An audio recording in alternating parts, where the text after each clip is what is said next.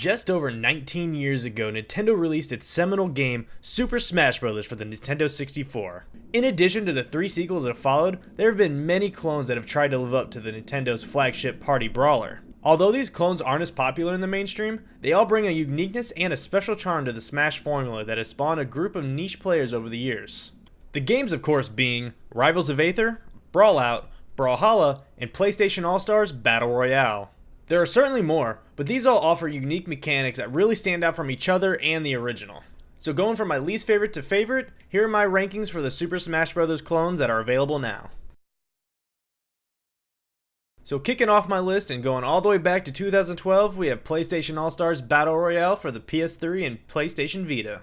So this is PlayStation's attempt at a crossover fighter featuring characters like Nathan Drake from the Uncharted series to Sir Daniel from the Medieval franchise. Developed by Superbot Entertainment, rest in peace, they decided to take a different approach to the Smash formula. Instead of winning via offstage knockout, they created 3 tiers of super moves that are needed to finish off opponents.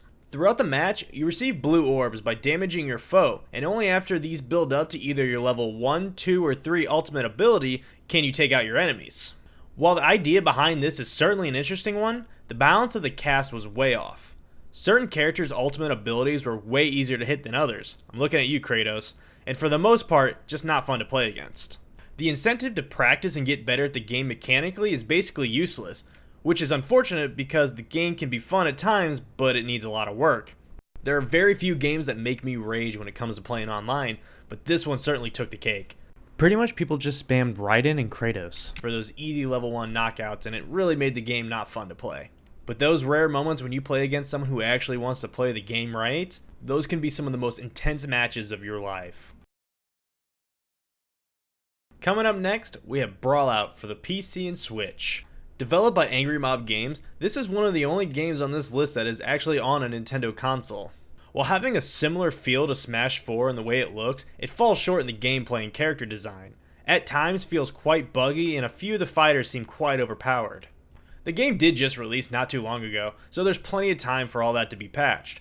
There are only 6 original characters and 2 third-party characters to choose from, in addition to a handful of clones that only have a slight difference from the original fighter that they're based on, similar to Marth and Lucina from Smash 4.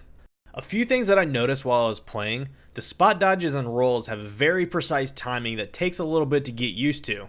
Also, the aerial lag makes it kinda difficult to avoid being juggled at low percents. I found this to especially be true when playing as or against Paco. The game has potential to be great, and to casual fans, this will be a fine placeholder until Smash Bros. Comes to Switch. This spot was actually kind of difficult for me to choose one, but inevitably I went with Brawlhalla for PS4, Xbox, and PC. Brawlhalla is a free-to-play fighting game developed by Blue Mammoth Games that features a unique weapon system among a large cast of characters. Similar to Brawl Out, Brawlhalla's cast of characters are primarily clones of each other's, the difference being the weapons that they use to fight.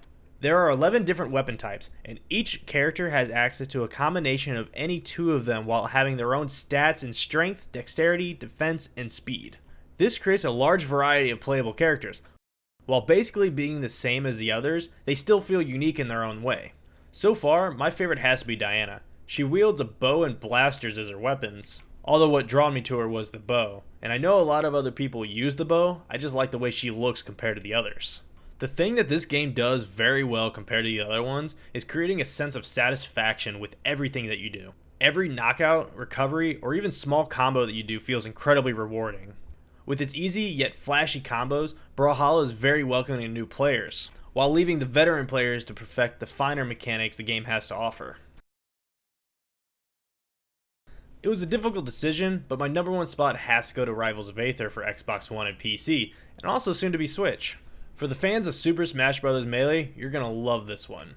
Created by Dan Finance, this pixel-style fighter is the closest experience to the classic Smash out of all of them, but it also brings unique gameplay functions and convivial charm with it. This is a game that truly anybody can play and have a great time with, but the ones who put in the time and effort into learning the intricacies of the gameplay mechanics, they're going to become a force to be reckoned with. Rivals features a higher skill cap as well as strong combo potentials and follow-ups. This is what makes the game incredibly addicting to play.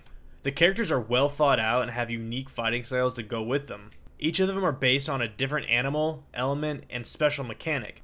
Whether it's Forsburn's smokescreen or duplicate abilities, or my personal favorite, Orkin's puddle transportation, each of them brings something different to the table and takes quite a bit of time to master.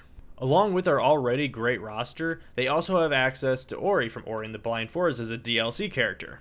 As for gameplay, a few things stood out to me. There are no ledge grabbing, no grapples, and the spot dodging acts as a type of counter that stuns your opponent. Whether or not these are good or bad things, I'll leave up to you.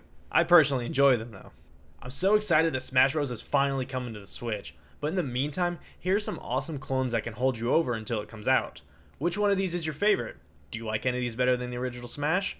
Be sure to let me know, and until next time, thank you guys so much, and I'll talk to you later.